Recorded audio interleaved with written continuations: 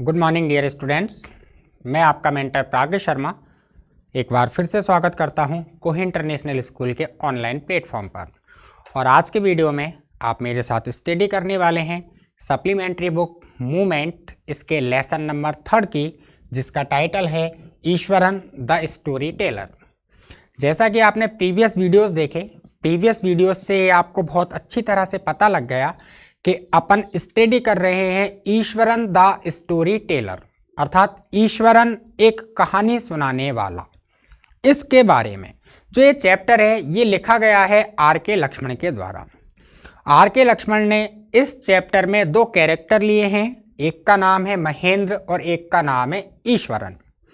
महेंद्र को उन्होंने डिस्क्राइब किया कि महेंद्र एक बहुत ही रेपुटेटेड फर्म, बहुत ही प्रतिष्ठित, जानी में पहचानी विख्यात एक संस्था है, एक कंपनी है जिसमें सुपरवाइजर का जॉब करता है।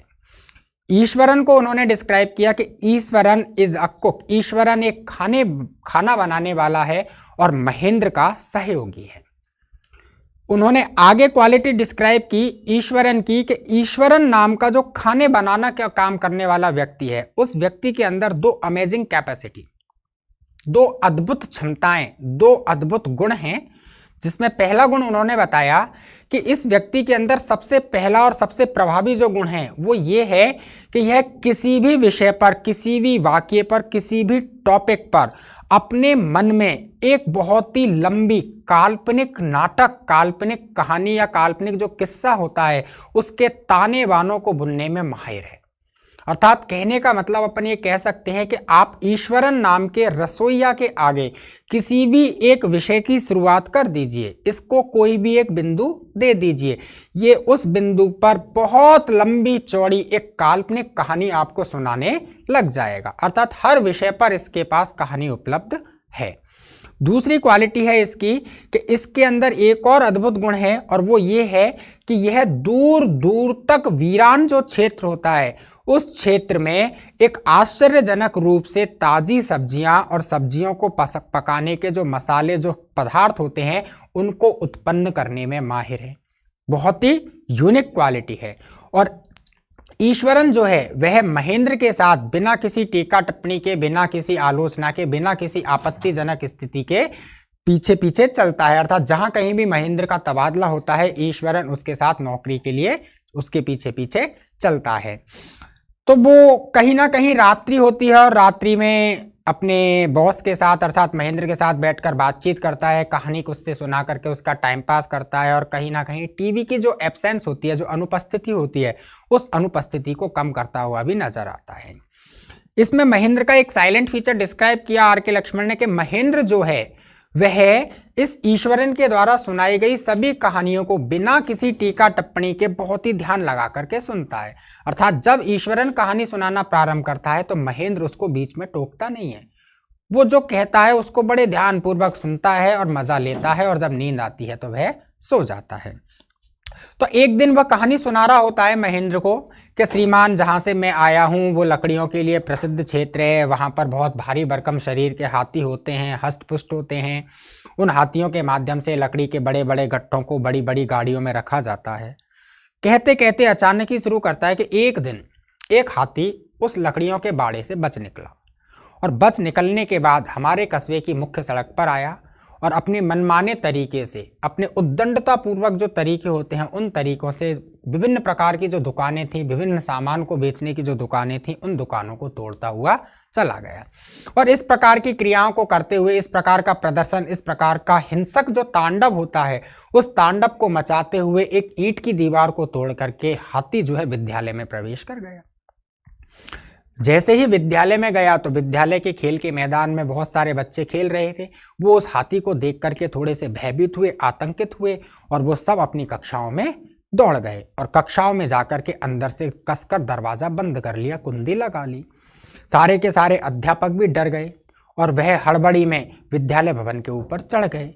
संयोग से मैं उस समय उसी विद्यालय की जूनियर कक्षा में पढ़ता था और मैं भी इस पूरे के पूरे भयानक आतंक को विद्यालय की छत से देख रहा था।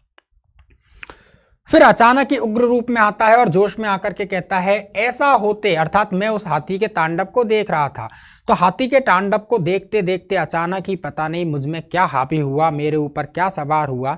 मैंने अपने किसी एक अध्यापक के हाथ से छड़ी ली और उस छड़ी को लेकर सीढ़ियों के माध्यम से होता हुआ सीधा नीचे मैदान में आ गया और मैदान में आने के बाद हाथी के सामने खड़ा हो गया।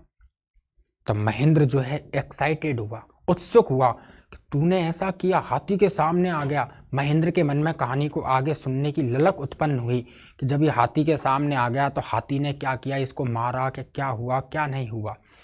तो फिर ईश्वरन बताता है कि मैं हाथी के सामने आ गया, हाथी मुझे देख करके चिंगाड़ने लगा। उसने अपनी सूंड में एक पेड़ की शाखा पकड़ रखी थी, उस शाखा को इधर उधर लहराया और बिल्कुल ऐसा लगा जैसे मेरे ऊपर फेंकने वाला है, अर्थात उस शाखा से मेरे ऊपर हमला करने वाला है। तभी अचानक मैंने अपनी पूरी शक्ति और साहस को इकट्ठा किया और आगे बढ़ा और आगे बढ़ करके हाथी के पैर के तीसरे अंगूठे पर मैंने उस लकड़ी से प्रहार कर दिया। महेंद्र फिर ज्यादा एक्साइटेड हुआ, हाँ तूने ऐसा कर दिया, ऐसा क्या हुआ, एकदम तूने हाथी के पैर में मार दी, फिर क्या हुआ। फिर महेंद्र उसको बतलाता है कि जैसे ही मैंने उसके पैर के अंगूठे पर प्रहार किया, हाथी ऊपर से नीचे तक कपकपाया और एकदम जमीन पर धम्म से गिर गया। इस प्रकार उसने कहानी को सुनाई और कहानी को सुनाने के बाद वो महेंद्र से कहता है कि श्रीमान मैं थोड़ा बहुत काम है, उस काम को करके आता हूँ, फिर आपको कहानी सुनाता हूँ। कुछ समय के बाद ईश्वरन वापस आया, उसने कहानी सुनाई। तो इस बार एक बात हुई कि वह कहानी को उस बिंदु से प्रारंभ नहीं कर पाया जिस बिंदु पर वह छोड़कर गया था। वो एक नया ही किस्सा सुनाने लग गया। तो महेंद्र ने उसको याद दिलाया कि ईश्वरन महाशय, पहले वाली जो कहानी है उसका कंक्लूजन बाकी है, उसका निष्कर्ष नहीं निकला, उसका अंत नहीं हुआ है। पहले आप उस पूर्व की कहानी का अंत कीजिए, उसका निष्कर्ष निकालिए, उसके बाद ही किसी दूसरी कहानी को प्रारंभ करना। तो फिर ईश्वरन उस कहानी का अंत करता है और कहता है कि मैंने उसके पैर पर हमला किया, वो कपकपाया और धराशाही हो गया। फिर एक पशु चिकित्सक को बुलाया, पशु चिकित्सक ने आके उसको देखा भाली करी और देखा भाली करने के बाद 2 दिन लगे और 2 दिन के बाद कोई महावत आके उसको जंगल में ले गया। तो महेंद्र ने उससे पूछा कि तुमने ये कैसे किया, एक बालक ऐसा कैसे कर सकता है, तुम्हारे अंदर ऐसा क्या था, तुमने ये सारे काम किए तो कैसे किए। तो ईश्वरन स्पष्टीकरण देता है कि श्रीमान, इस चीज को कराटे या जी जित्सु कहते हैं। ये कहीं ना कहीं एक जापान की कला है जो कि अस्थायी रूप से स्नायु तंत्र को, तंत्रिका तंत्र को लकवाग्रस्त कर देती है और इसी कारण वह हाथी जो था कपकपाकर जमीन पर धराशाही हो गया। यहां तक की कहानी अपन ने पढ़ ली थी। इससे आगे आर के लक्ष्मण ने क्या डिस्क्राइब किया है, महेंद्र और ईश्वरन के बीच में क्या बातें होती हैं और क्या नहीं होती हैं, इनको जानने के लिए आप कंटिन्यू वीडियो पर बने रहें। मैं आपको कहानी के अगले हिस्से की ओर ले चलता हूं। तो देखिए, कहानी का जो अगला हिस्सा है वो प्रारंभ होता है, not a day passed without Ishwaran recounting some story packed with adventure. सुनना कि नॉट अ डे पास्ट, एक दिन भी नहीं गुजरता था, नॉट अ डे पास्ट, एक दिन भी नहीं गुजरता था विदाउट, के बिना, के ईश्वरन रिकाउंटिंग, ईश्वरन रिकाउंटिंग, गणना, गढ़ना, गढ़ना मतलब सुनाना, कि एक भी दिन ऐसा नहीं गुजरता था कि ईश्वरन नाम का व्यक्ति recounting some story packed with adventure, adventure का मतलब साहस, साहस से भरी हुई, वीरता से भरी हुई किसी कहानी को नहीं सुनाता। ऐसा एक दिन भी नहीं गुजरता था, मतलब वह प्रतिदिन उसको कोई ना कोई वीरतापूर्ण कहानी सुनाया करता था। हॉरर, डर से भरी कहानी सुनाता था, एंड और सस्पेंस, और कहीं ना कहीं सस्पेंस, संदेह से, शक से, जिज्ञासा से भरी हुई कहानियों को सुनाता था। पूरी लाइन का अर्थ निकला कि एक भी दिन ऐसा नहीं गुजरता था जिस दिन ईश्वरन महाशय डर से भरी हुई, संदेह, सस्पेंस से भरी हुई और यहां तक कि एडवेंचर, साहस या वीरता से भरी हुई कोई कहानी महेंद्र बॉस को नहीं सुनाते। ऐसा नहीं होता था।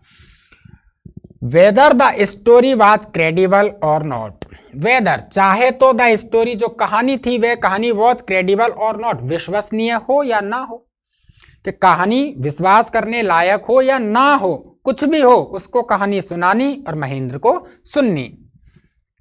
Mahendra enjoyed listening to it, Mahendra सुनने का आनंद लेता, महेंद्र एंजॉय लिसनिंग, महेंद्र कहानी सुनने का आनंद लेता, बिकॉज, क्योंकि, ऑफ द इनिमेटेबल वे, इनिमेटेबल वे, नकल करने का तरीका, सुनाने का तरीका या प्रस्तुत करने का तरीका, कि महेंद्र ईश्वरन के द्वारा सुनाई गई कहानी का आनंद लेता, बिकॉज, क्योंकि द इनिमेटेबल वे, वो नकल करने का, वो सुनाने का तरीका, इन विच इट वॉज टोल्ड, जिस तरीके से वो कहानी सुनाई जाती, जिस तरीके में, जिस नकल में वो कहानी सुनाई जाती, इसलिए वो क्या है, उनको कहानियों को सुनने का आनंद लेता था।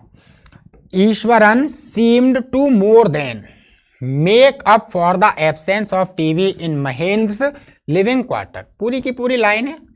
देखिए, Eswaran seemed to more than, Eswaran कहीं ज्यादा लगने लगा, सीम्ड प्रतीत होना, नजर आना, लगना, ईश्वरन कहीं ज्यादा लगने लगा था, मेकअप पूर्ति करता हुआ, for the absence of TV, एक टीवी की अनुपस्थिति की, इन महेंद्रस लिविंग क्वार्टर, महेंद्र के रहने वाले क्वार्टर में, कि महेंद्र का रहने का जो क्वार्टर था, उस क्वार्टर में एक टीवी की अनुपस्थिति की पूर्ति करने वाला जो था, वो कौन हो गया, वो ईश्वरन हो गया, ऐसा लगने लगा। क्योंकि टीवी होती है, नॉर्मली खाली टाइम होता है, टाइम पास करने के लिए अपन टीवी देखते हैं, सीरियल देखते हैं, म्यूजिक सुनते हैं या फिर न्यूज वगैरह देखते हैं। तो ईश्वरन था उसके पास, टीवी की अनुपस्थिति को पूरी कर रहा था, वो कोई ना कोई कहानी सुना देता था और टाइम पास हो जाता था। आगे देखिए, स्लाइड अप कर लो जिससे पढ़ने में आसानी रहे। आगे कहानी बढ़ती है कि वन मॉर्निंग, एक सुबह की बात है, one morning when Mahendra was having breakfast, जब महेंद्र ने हैविंग ब्रेकफास्ट, अपना सुबह का नाश्ता किया, कि महेंद्र ने जब अपना सुबह का नाश्ता कर लिया, ईश्वरन आस्क्ड, ईश्वरन ने पूछा, नाश्ता करते समय ईश्वरन ने उससे पूछा, can I make something special for dinner tonight sir, कि श्रीमान, can I make something special, क्या मैं आज कुछ स्पेशल बना सकता हूं, फॉर डिनर, रात्रि भोजन के लिए, टुनाइट, आज रात को, कि क्या आज रात के रात्रि भोजन के लिए मैं कुछ स्पेशल, कुछ विशेष बना सकता हूं। आफ्टर ऑल, आखिरकार, today is an auspicious day, आज एक ऑस्पिशियस, शगुन का दिन है। क्या है? ऑस्पिशियस का मतलब होता है शगुन, कि आज एक शगुन का दिन है, मतलब आज एक अच्छा दिन है, आज एक पवित्र दिन है।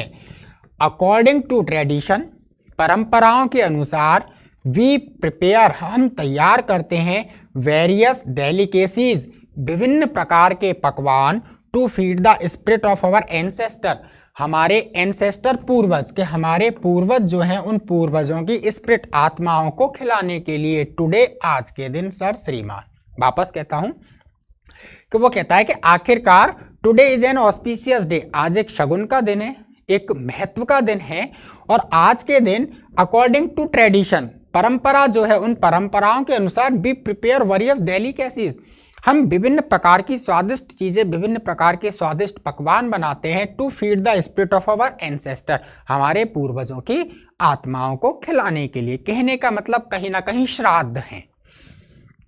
दैट नाइट, उस रात, Mahendra enjoyed the most delicious dinner, Mahendra ने बहुत ही ज्यादा डिलीशियस, स्वादिष्ट डिनर, रात्रि भोजन, उस रात महेंद्र ने बहुत ही ज्यादा स्वादिष्ट, लजीज, जायकेदार भोजन का आनंद लिया।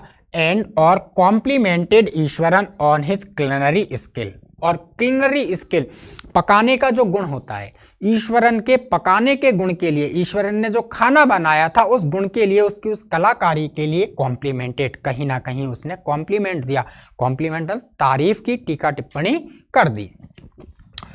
ही सीम्ड वेरी प्लीज्ड, वह बहुत खुश नजर आया, बट, लेकिन, अनएक्सपेक्टेडली, अनएक्सपेक्टेडली, आशा ना होना, अनएक्सपेक्टेडली, जिसका अनुमान ना हो, पूर्वाशित, unexpectedly launch into a most garish account, वह एक पूर्व अनुमानित स्थिति जो होती है, वो आशा के विपरीत, launch into a most garish account, बहुत ही एक जटिल अकाउंट, वर्णन में लिप्त हो गया, उसने एक बहुत ही जटिल, बहुत ही गूढ़ जो वर्णन था, उस वर्णन को प्रारंभ कर दिया, इन्वॉल्विंग द सुपर नेचुरल, जिसके अंदर सुपर नेचुरल, सुपर नेचुरल का मतलब होता है दिव्य शक्ति, जिसमें कोई ना कोई दिव्य शक्ति शामिल थी।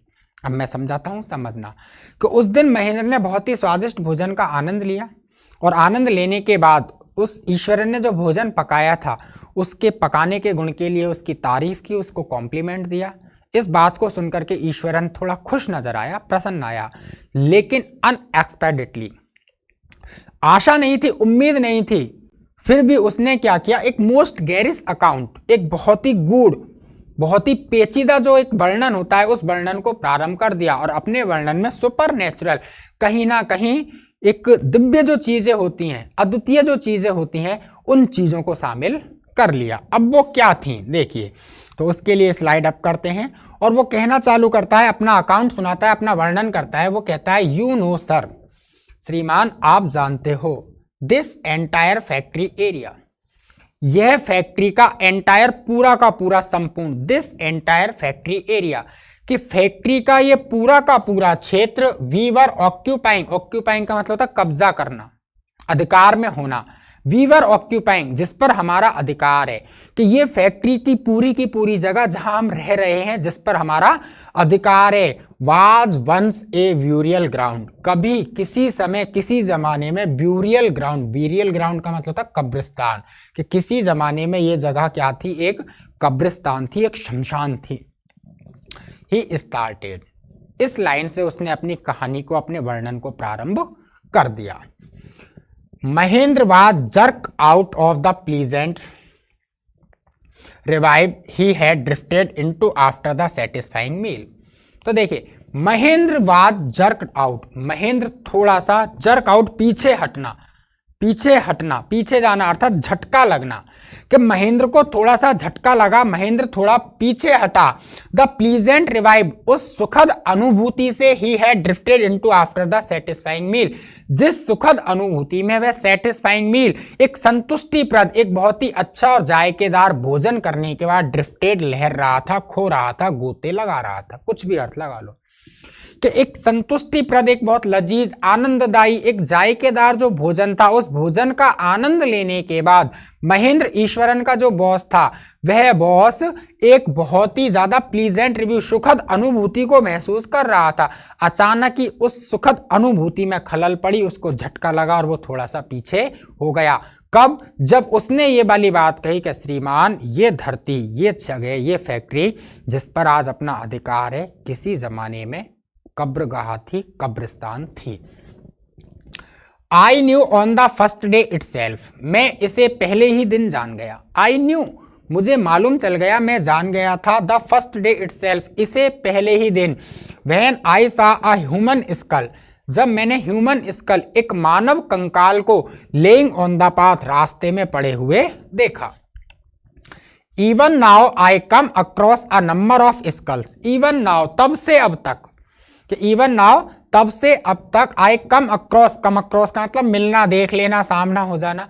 आई come across a number of skulls, मेरा बहुत सारे कंकालों से सामना हुआ है, अर्थात तब से अब तक मैंने बहुत सारे कंकाल देखे हैं। एंड बोन्स, हड्डियां भी देखी हैं। ईश्वरन कंटिन्यू, ईश्वरन लगातार अपनी बात को आगे बढ़ाता है, बोलना बंद नहीं करता, आगे बढ़ाता है, कि मैंने उस दिन से, मुझे को तो पहले दिन ही मालूम चल गया था, और उस दिन से मैंने आज तक यहाँ पर बहुत सारे नरकंकाल, बहुत सारी हड्डियां, बहुत सारी खोपड़ियां देखी हैं। इस प्रकार से वो महेंद्र को सुनाता है। और नेचुरल सी चीजें, ऐसी स्थिति होती है जब कोई अपन को सुनाता है तो अपन का भी कहीं ना कहीं डर लगता है, गर्दन पीछे मुड़ जाती है और पीछे मुड़ के अपन देखते, आ तो नहीं रहा, होता है ना डर। तो वही स्थिति महेंद्र की हो जाती है। आगे चलते हैं तो देखिए, आगे चलते हैं तो आगे फिर आर के लक्ष्मण ने क्या कहा है। आर के लक्ष्मण कहते हैं कि he went on to narrate how he sometimes saw ghost at night.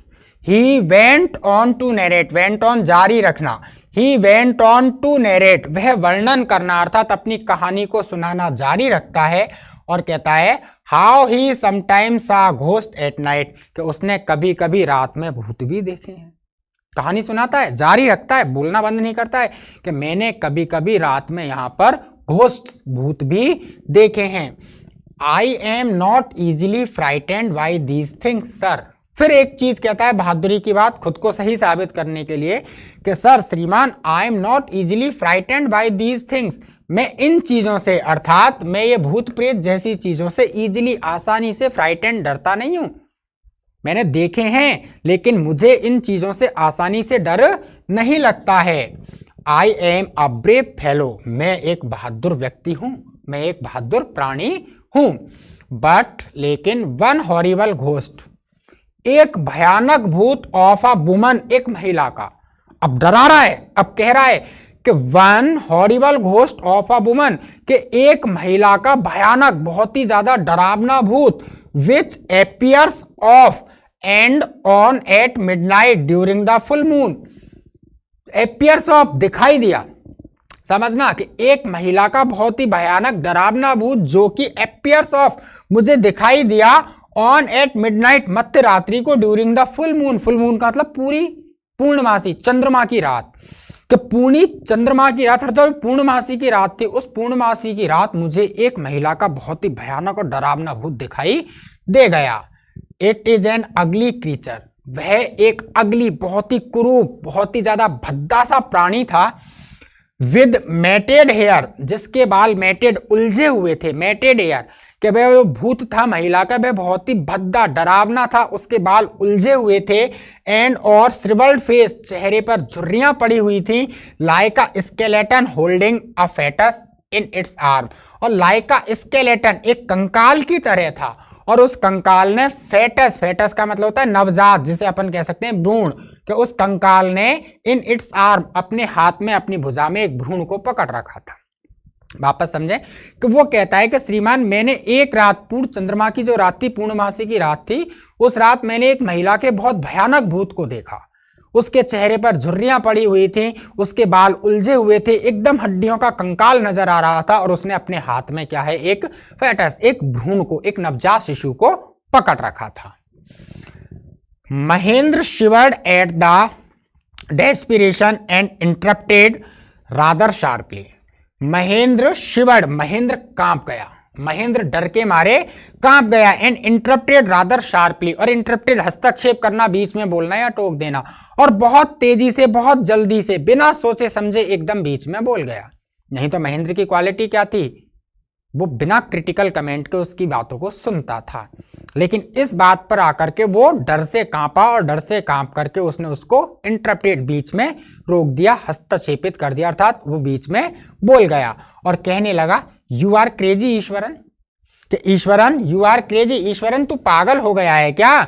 There are no such thing, यहां कोई ऐसी चीज नहीं है, घोस्ट और स्पिरिट, भूत और प्रेत जैसी, अर्थात इस दुनिया में भूत प्रेत जैसी कोई चीज नहीं होती है। It is all a figment, figment का मतलब मनगढ़ंत कल्पना, काल्पनिक कल्पना।